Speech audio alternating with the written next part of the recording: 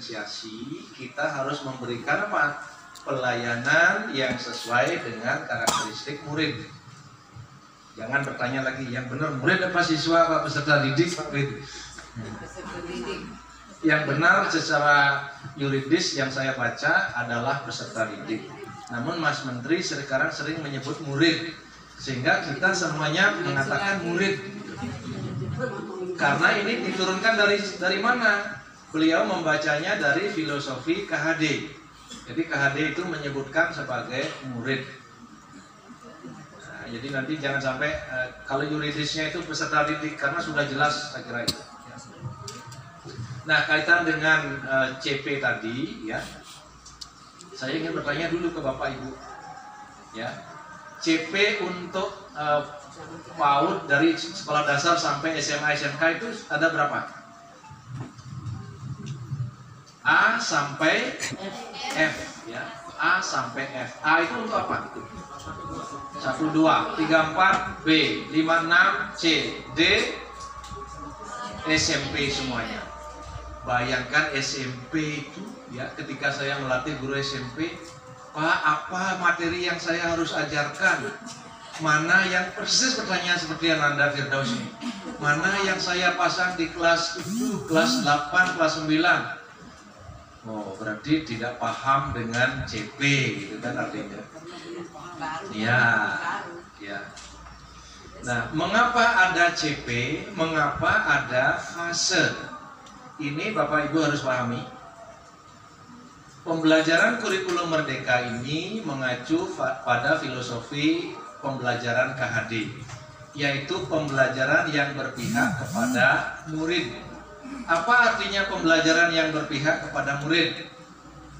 Pembelajaran yang disampaikan sesuai dengan karakteristik peserta didik. Dalam slide saya nanti Bapak Ibu boleh baca di masing-masing saja. Di menyusun dokumen, coba boleh dibuka. Cari di situ pembelajaran berpihak kepada murid. Ada fotonya KHD di situ. Ibu Jo ketemu tidak? Cari pembelajaran berpihak. Saya lupa nomor slide-nya berapa.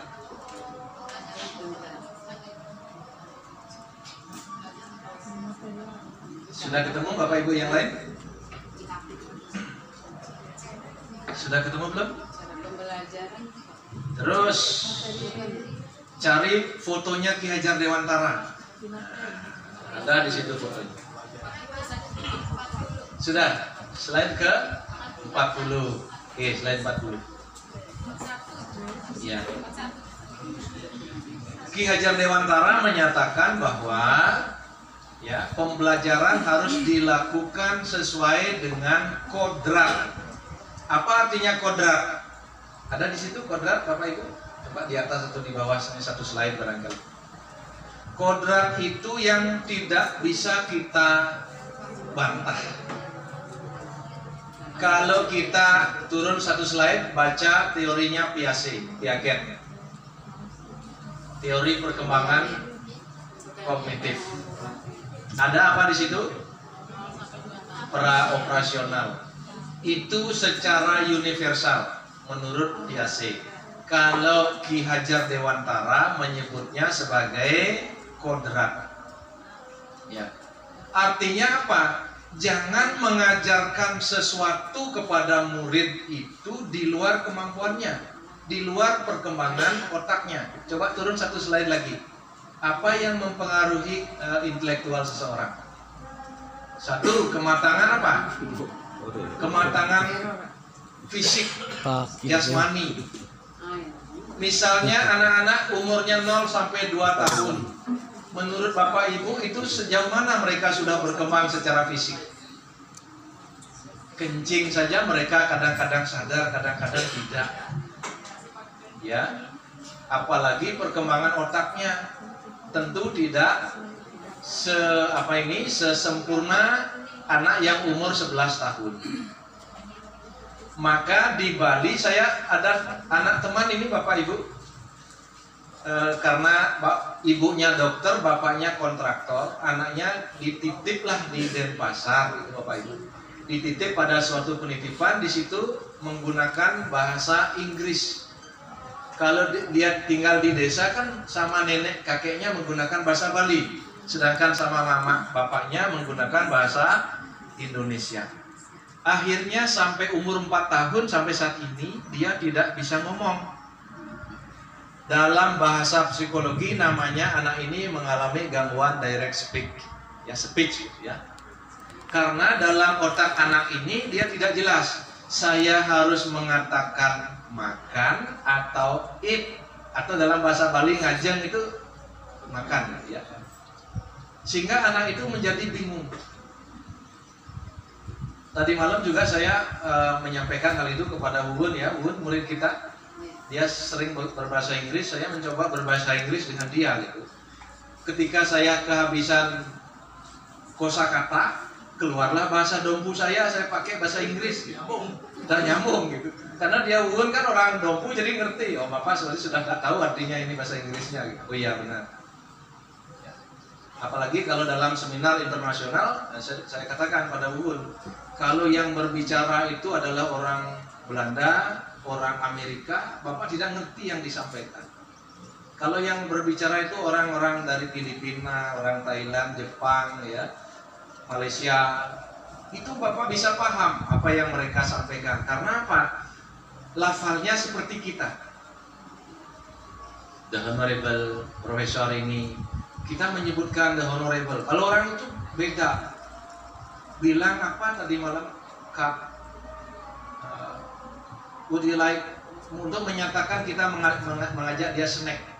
Kita tidak menyatakan would you like to snack. Kita mengajak mereka would you like to drink a cup of coffee. Menyebutkan a cup of coffee itu yang berbeda cara kita dengan orang Amerika. A cup of coffee. Ini yang saya tidak pahami kalau orang Belanda berbahasa Inggris, orang Amerika berbahasa Inggris. Dalam seminar internasional saya sering tidak mampu menangkap karena itu bahasa internasional. Saya sebagai pesertanya mendengarkan, bahkan saya berkali-kali menyatakan pardon sir, please you spell it. Saya suruh menuliskan, oh oke, oh I see. Setelah menulis, oh itu maksudnya dia, cara mengucapkannya berbeda dengan kita ya. Mungkin saya juga berbahasa Inggris, dia begitu nggak ngerti ya. Ya, sama-sama tidak ngertinya.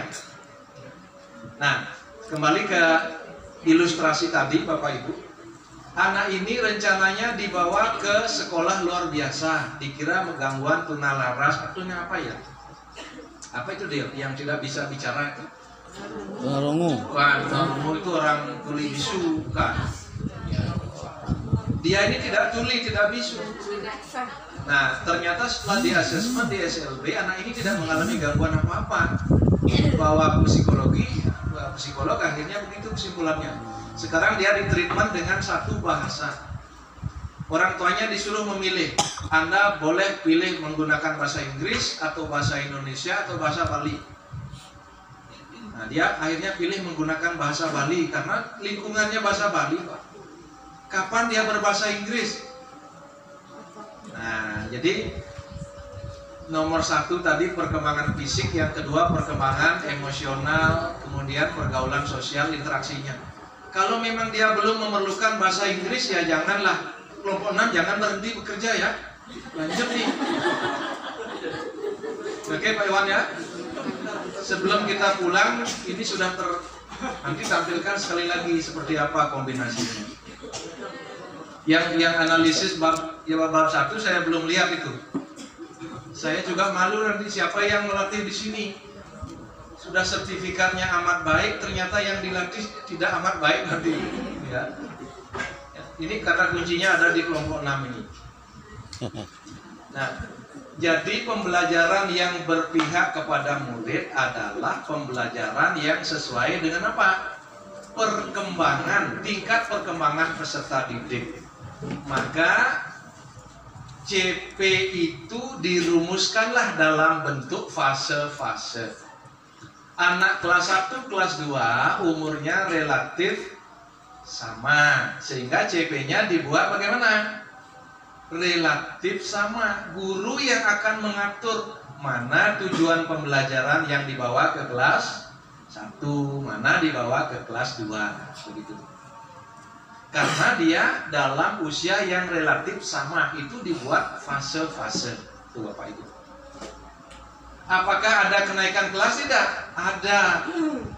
Setiap tujuan pembelajaran dia memiliki namanya KKM TP ya. Tujuan pembelajaran dulu kan ada KKM KD, KKM IPK, begitu ya. Sehingga kita bisa membuatkan apa? KKM sekolah satuan pendidikan itu berapa. Jadi ada kenaikan. Nah itu dasarnya Bapak Ibu supaya bisa menjelaskan kenapa ada istilah CP. Dasarnya adalah dari teori perkembangan belajar tadi. Pembelajaran yang berpihak kepada murid. Oleh karena itu Bapak dan Ibu jangan memasang TP tujuan pembelajaran yang tinggi, yang ribet. Seperti dalam KD kurikulum 2013. Sekarang pemerintah berusaha menyederhanakan dari sisi konten ya. Yang konten itu artinya materi itu disesuaikan. Maka bab 1 analisis karakteristik peserta didik ini menjadi kata kunci yang Bapak dan Ibu harus pertimbangkan. Sarpras Bapak Ibu pertimbangkan untuk menulis tujuan pembelajaran atau KD di masa lalu. Kalau Bapak Ibu sudah menuliskan tujuan pembelajaran itu, boleh nggak tidak diajarkan? Kan merdeka Pak. Tidak bisa, karena Bapak Ibu sudah merancang dari awal. Kalau memang dari awal Bapak Ibu merasa tidak bisa, kurangi, potong saja. Cukup misalnya 5 tujuan pembelajaran atau 3 tujuan pembelajaran saja. Ya, jadi di sini fleksibilitas Bapak dan Ibu merdeka belajar itu di sana. Ya, seperti kita diskusi tadi, kapan anak-anak itu belajar supaya bisa bersaing di perguruan tinggi negeri? Ya, Bapak Ibu tentu sudah paham sekarang ya, bahwa latar belakang pendidikan, kemudian nilai universitas itu tidak menentukan kesuksesan seseorang. Kalau berdasarkan penelitiannya Stanley, ada 10 indikator yang menentukan kesuksesan seseorang. Apa yang nomor 1? Pernah mendengar tidak? Nggak pernah kayaknya ya. Itu semuanya karakter Bapak Ibu. Kejujuran, disiplin, tanggung jawab itu. Ranking asal universitas peringkat ranking itu nomor sekian posisinya. Coba saja renungkan Bapak dan Ibu. Ketika Bapak Ibu misalnya, andaikan sekarang kita berandai-andai ya, Bapak Ibu menjadi kepala dinas. Yang Bapak Ibu pilih jadi kepala sekolah itu yang bagaimana kira-kira? Yang jujur, yang disiplin, yang bertanggung jawab. Apakah Bapak Ibu akan melihat saya pilih karena dia dari UGM? Karakter kan? Nah, ini sebagai salah satu bentuk ya. Ya, mudah-mudahan Bapak Ibu juga sepakat dengan para penggagas kurikulum merdeka ini ya, bahwa karakter atau profil pelajar Pancasila menjadi muara akhir dari setiap kegiatan, baik kegiatan intrakurikuler, ekstra maupun co-kurikuler, semuanya mengacu kepada peningkatan karakter. Maka konten secara material itu sekarang dikurangi Bapak Ibu. Nanti Bapak Ibu jawab, bila anak ini akan ke perguruan tinggi, ya, mereka harus belajar berbeda porsinya dengan di anak-anak yang normal di kelas itu. Ya. Dia harus belajar secara mandiri. Salah satu bunyi tujuan pendidikan nasional itu kan sebagai pelajar sepanjang hayat. Kita pun selamanya ya, selama kita masih bisa membaca, kalau sudah sakit mata nggak bisa baca lagi, nggak usah belajar lagi gitu ya. Kalau sudah mulai agak ini ya Pak Iwan, agak oleng-oleng gitu, nggak usah baca lagi. Semasa kita sehat, kita selalu akan belajar. Nah, artinya ketika seseorang ingin mendapatkan pengetahuan tambahan berkaitan dengan materi pelajaran tertentu, entah matematika, fisika, ketika dia menjadi arsitektur, dia akan perlu ilmu sinus kosinus tangen. Karena saat ini banyak orang mempertanyakan, apa sih gunanya sinus kosinus tangen, kok itu diajar sampai murid itu marah-marah? Itu ya, karena saya guru matematika dulu, sini anak-anak sering tentang dari malam, oh kalau ingat Pak Wid ingat sama dia bawa penggaris panjang. Seperti kita jadi anu saja ini ya, nakut-nakuti murid. Sekarang nggak ada guru begitu, nggak boleh ya. Itu dulu kan nggak ada LCD. Kalau mau menggambar masa pakai telunjuk gini saja, pasti kamu lihat, oh bapaknya nggak terampil. Kalau sudah pakai penggaris, lurus. Kalau menggunakan LCD begini kan tinggal klik apanya, shiftnya, garisnya pasti lurus lah ya. Itu perbedaan guru mengajar di tahun 80-an dengan sekarang itu ya, Nang ya. Di mana-mana saya diceritakan seorang murid-murid SMA 2 Dompu ini. Tadi malam juga ada kegiatan itu, reunian tuh nang di Bali Bunga sebelah dokter ini. Itu juga sama, Bapak diceritakan, oh jadi bintang film ini ya. Semua anak-anak mengenang. Jadi kalau tidak salah nanti malam mereka juga akan datang gitu ya, beberapa orang anak sudah WA saya. Ya tidak apa-apa ya. Pokoknya saya mengatakan, dulu mungkin kamu dendam sama bapak, marah sama bapak, sekarang bapak nyerah. Mau kamu apakan bapak siap. Karena bapak punya niat baik. Waktu itu begitu caranya untuk mendidik supaya anak itu disiplin. Tadi juga saya berdiskusi sama Pak Nur dan Pak Dio ini, saat ini memang masih diperlukan juga ya, diperlukan. Dalam tanda petik tadi kami diskusi masalah revitalisasi gerakan literasi sekolah. Kalau tidak dipaksa anak itu membaca, kita tungguin, kira-kira mau nggak baca? Nggak mau. Dulu ketika Bapak Ibu juga ada kewajiban menggunakan helm pertama kali. Harus polisi harus tegas, bayar, ini bayar. Kalau nggak begitu nggak mau. Padahal sebetulnya kita itu harus menjaga, melindungi kepala kita. Tapi kita tidak sadar ya. Jadi kita harus dipaksa dulu, didenda, dihukum, segala macam. Itu adalah upaya-upaya untuk meningkatkan kedisiplinan gitu ya. Kelompok 6 kalau sudah selesai nanti boleh di stop ya. Jangan sampai sore kita ini. Karena saya hanya menunggu kelompok 6 saja ini.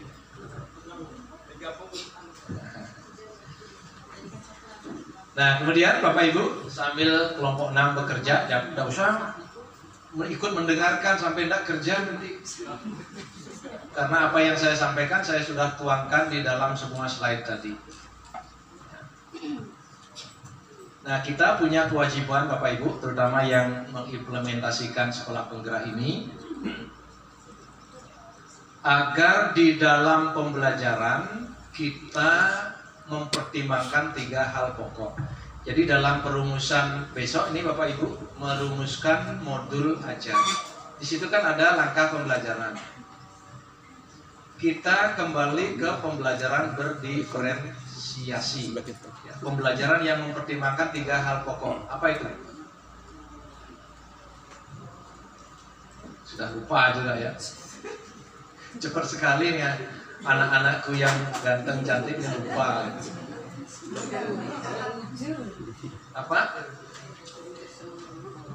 Apa pertimbangan pembelajaran berdiferensiasi? 1, mempertimbangkan apa? Cobalah Anda menyenangkan hati saya satu. Masa dari tadi saya bertanya, saya jawab. Gimana nih Dio? Anak buahnya Dio nih.